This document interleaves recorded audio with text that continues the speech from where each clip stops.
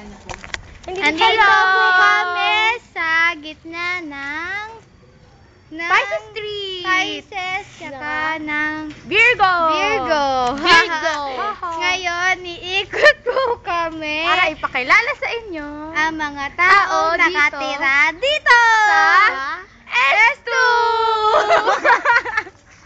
Ngayon, pupunta na tayo dito sa Pisces. Magpapatuloy na namin.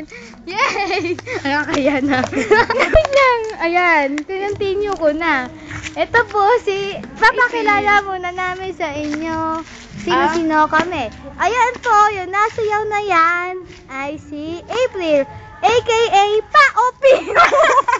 Who's that? Pokemon.